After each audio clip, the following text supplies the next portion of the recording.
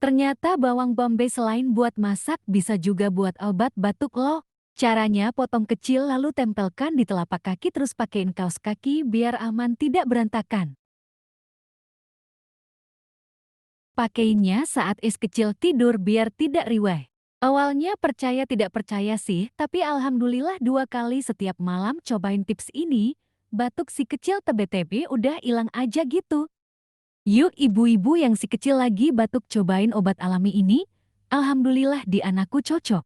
Tidak ada salahnya untuk mencoba dan ikhtiar. Alhamdulillah si kecil tidur dengan nyenyak.